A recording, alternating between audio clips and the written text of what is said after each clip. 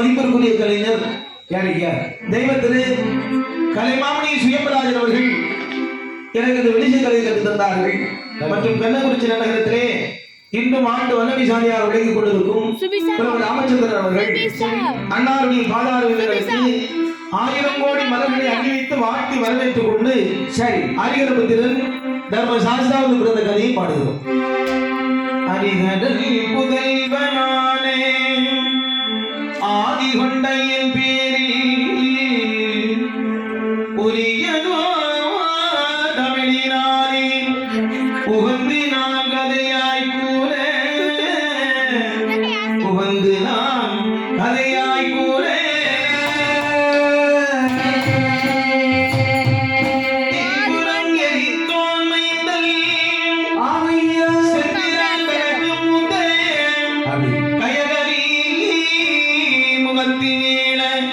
கணபதி காப்புதாமே கணபதி காப்புதாமே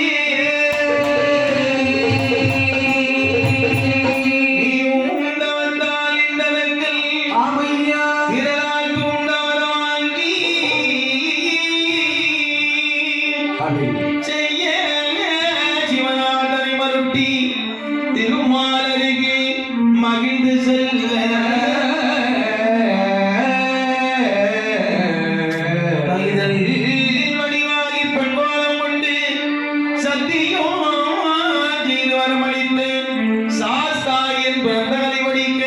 மதையாரி முகத்தினேல கணபதி காப்புதாமே கணபதி காப்புதாமே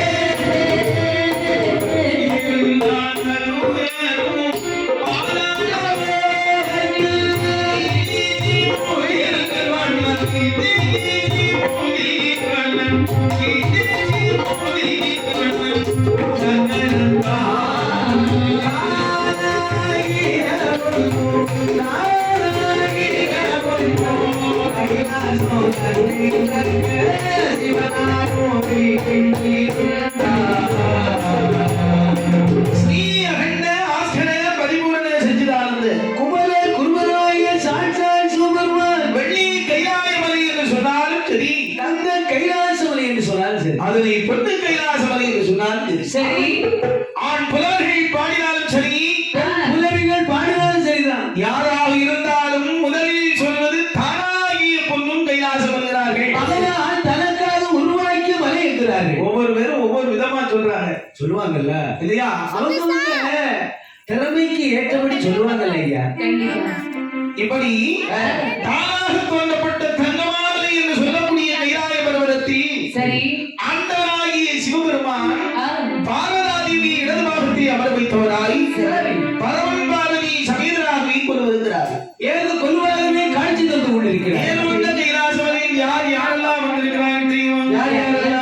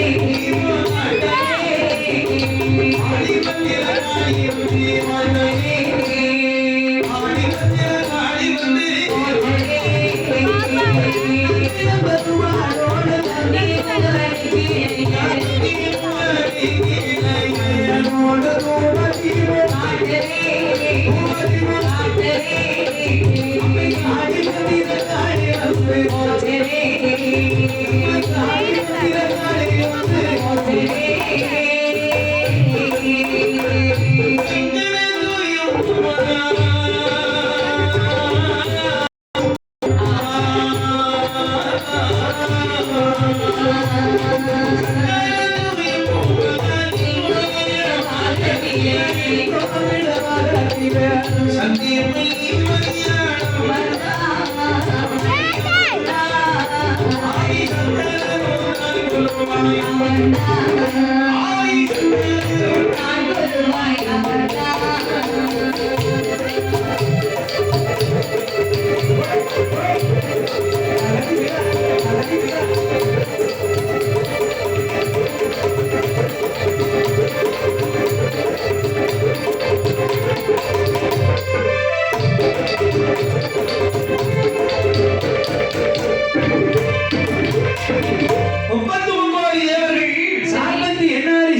சங்கத்தார் சமயத்தார்கள் வானவர்கள் தானவர்கள் இந்தியர் இணையவர் கிண்ணனர் கிம்முருடர்கள் பூதர் பைசாச தும்முருடாத ஏழை தெய்வாதி தேவர்கள்லாம் இருக்க சித்த வித்யாளர்கள் அத்தனை பேர்களும் உருவாக வந்திருக்கிறேன். ஆஹா, கைலாய மலையில் திதி பெற்ற மக்கள் அசுரர்கள், அதிதி பெற்ற மக்கள் தேவர்கள். சரி, திதியும் அதிதியும் யாரையா? ரெண்டு பேரும் அக்கால தங்கச்சியும். அக்கால தங்கைன்னா அசுரன் தேவனும் அண்ணன் தங்கன்னு சொல்லுங்க. அதாவது குலத்தில் அண்ணன் தம்பியுமாக இருந்தாலும் குடத்திலே ஜென்ம விரோதி. எப்ப பார்த்தாலும் முறைச்சு பார்க்கிறான். ஒரு நாளத்திலே அசுரர்கள் எல்லாம் இருக்கின்றார்கள். தம்பி அவர்களோ என்று பார்த்தாலும் இறப்பு பிறப்பு என்பது அணுகாமல் எட்டும் சிறந்தியாக வாழ்ந்து விடுகிறார்கள். இதற்கான காரணம் என்ன? இதற்குண்டான காரணத்தை நாம் எல்லோரும் சென்று அந்த ஆதி கலைஞராகி சூர்மணத்திலே சென்று தெரிந்து கொண்டார்கள். புறப்படுங்கள். பகவான் எது சொல்ல தெரியுமா?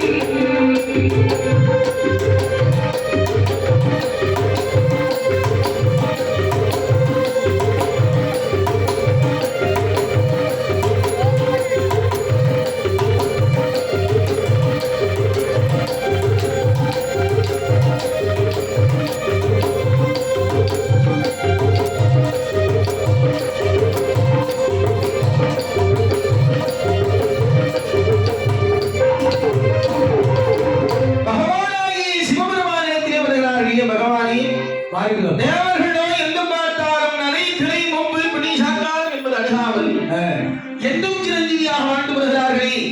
அதற்கான காரணம் என்ன? தேவாதி தேவர்கள்லாம் தேவ அமிர்தம் சாப்பிட்டதுனால ஒரு நாள் சாவி இல்லாமல் சிரஞ்சீவியாக வாழ்ந்து வருகிறார்கள். ஆகினால் நீங்கள் அவர்களைப் போல சாவி இல்லாமல் சிரஞ்சீவியாக வாழ வேண்டுமானால் ஆனால் தேவ அமிர்தத்தை சாப்பிட்டாலே போதும். சுவாமி, தேவர்களுக்கும் எங்களுக்கும் ஜென்மப்பகை அல்லவா? நாங்கள் அழைத்தாங்க வருவார்களா? நிச்சயமா வருவாங்க. அமிர்தம் தேவாமிர்தம் எங்க கிடைக்குன்னு கேட்கிறியா? திருப்பாறு கடலிலே சென்று அந்த கடலை கூடாய் கடைந்தாலே போதும். கடலில் இருந்து வரும் தேவாமிர்தம் மட்டும் கடைய முடியாதுப்பா. அப்படியா? இங்க தேவாதி தேவர்களை கூப்பிட வேண்டும். நிச்சயமா வருவார்கள். பொதுவா காலையும் கடிய வேண்டும்.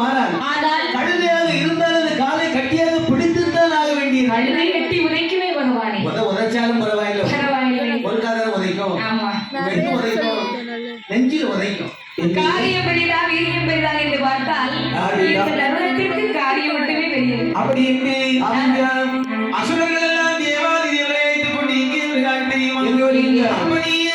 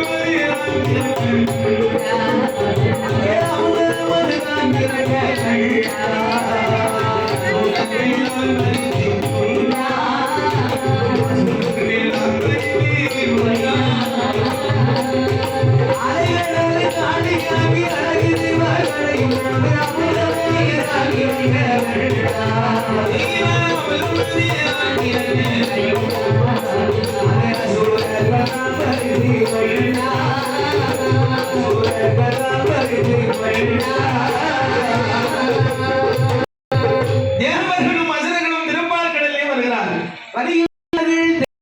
தேவர்களும் அசுரர்களும் என்ன செய்யறான்? ஆழி ஒரு தாலியால் உயிர் சமைத்தார்கள்.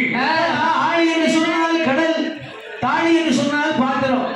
அமிர்தம் கடைவதற்கு அந்த திருப்பார் கடலாயே பாத்திரமாக பாவித்தார்கள். இல்லையா? பாத்திரம் ஆகி போச்சு. கடை வேண்டும் என்று சொன்னால் மத்து வேண்டும் அல்லவா? மத்தெல்லாம் மரத்தால செய்து அந்த மத்தம் கொண்டு கடலுக்குள்ள போட்டு மறந்துகிட்டு இருக்கோம். ஆகினார் என்ன செய்யலாம்? உலகத்திலே பிரசித்தி பெற்ற மலை மந்திர மலை என்பார்கள். கிந்திரி மலை. அந்த மலையை எடுத்து கொண்டு போய் மத்தி என்று மொத்தனி கடல்ல வச்சான். மலையை கொண்டு கடலுக்குள்ள வைத்தா மலை அவ்வளத்திலேயே போகும். மலை அவிழ்ந்து விடக்கூடாது என்பதற்காக சந்திர பகவானை கொண்டு ஜில்லாக பாவித்தார்கள். சூரிய பகவானை கொண்டு குடையாகவே பாவித்தார்கள். வாசுகி என்று சொல்லக்கூடிய அரவத்தை கொண்டு கைராகவை கொட்டி தேவர்களும் அசுரர்களும் எடுத்து பிடித்து கிடைத்தார்கள். சாதாரணமாகிய தேவாவது பாடுபட்டால் பலன் கிடைக்கத்தானே. காரியத்தை கண்ணால் இருந்தார்களே அசுரர்கள் அமரத்தை பறித்துக் கொண்டு ஓடுகிறார்கள். இந்த நேரத்தில் திக்கற்றவர்களுக்கு தெய்வம் தான் துணை. உண்மைதான் என்று ஸ்ரீமன் நாராயண மூர்த்தியை கொட்டி முடிவுகிறார்.